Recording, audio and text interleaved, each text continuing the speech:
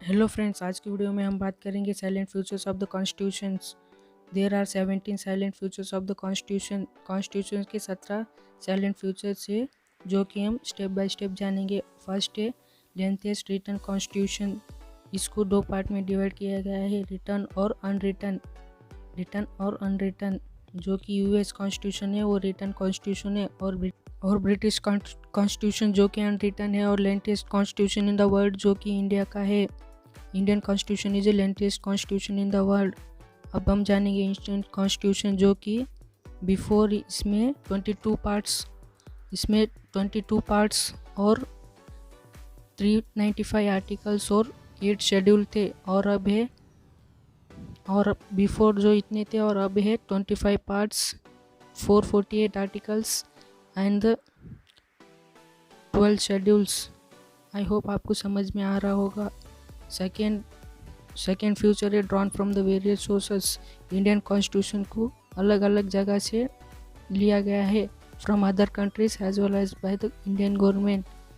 Other countries से भी लिया है और इंडियन गवर्नमेंट से भी बनाया गया है। फ्रॉम यूएस से क्या क्या लिया गया है वो है fundamental rights and directive principles of the state policy, ये जो कि ड्रॉन फ्रॉम द यूएस से ड्रॉन किया गया है। और British also drawn. What are drawn from the British is the principles of the cabinet government and the relation between the executive and the legislative, ये जो कि ब्रिटिश गवर्नमेंट से drawn किया गया है। और also drawn from the many other countries like the Canada, Australia, Germany, Russia, France, Japan, south Africa and so on. ये इन सारे कंट्रीज से भी ड्रॉन किया है इंडियन कॉन्स्टिट्यूशन को। आई होप आपको इसके बारे में मालूम होगा। और अब हम बढ़ते हैं थर्ड फीचर्स के बारे में। Blend of the rigidity of the flexibility. Indian constitution nor rigid और फ्लेक्सिबल। इंडियन कॉन्स्टिट्यूशन जो कि है रिजिड भी है नॉर फ्लेक्सिबल भी है, जो कि जबकि यूएस कॉन्स्टिट्यूशन फ्लेक्सिबल है। बट 368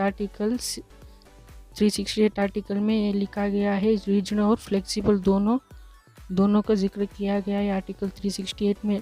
इसमें फर्स्ट है 2/3 ऑफ मेजोरिटी, और सेकेंड है ratification by the half of the total state. और अब हम जानेंगे फोर्थ फीचर के बारे में, federal system with the unitary biases. Federal, Indian constitution federal भी है और नॉन फेडरल भी दोनों है। तो federal features of the Indian constitution को समझते हैं। तो फर्स्ट है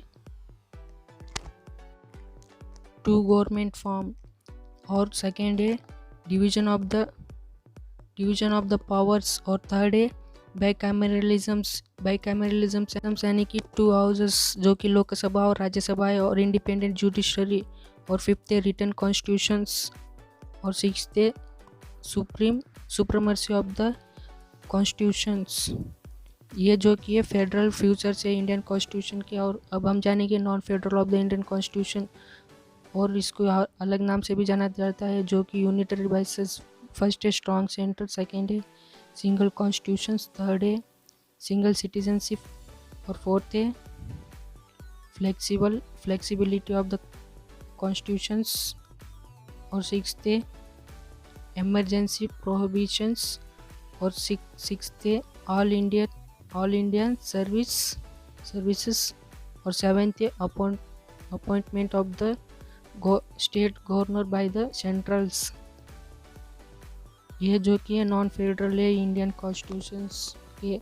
और आर्टिकल 1 में लिखा गया है कि in Indian federal has no result of the agreement, जो कि आर्टिकल 1 में लिखा गया है, जो कि यूएस आर्टिकल में ये इसका अपोजिट है। No state has right to secede from the federation. Secede यानी कि सेपरेट, अलग होने का राइट्स नहीं है। और constitution described as the federal in the form but it is unitary in the spirit. Constitution जो कि फेडरल फॉर्म में है बट स्पिरिट में यूनिटरी है। जो इसका पूरा अपोजिट यूएस कॉन्स्टिट्यूशन है, जो कि फेडरल हैज़ नो रिजल्ट, जो कि यूएस का रिजल्ट है और सेपरेट होने का भी है। तो आई होप आपको ये वीडियो पसंद आया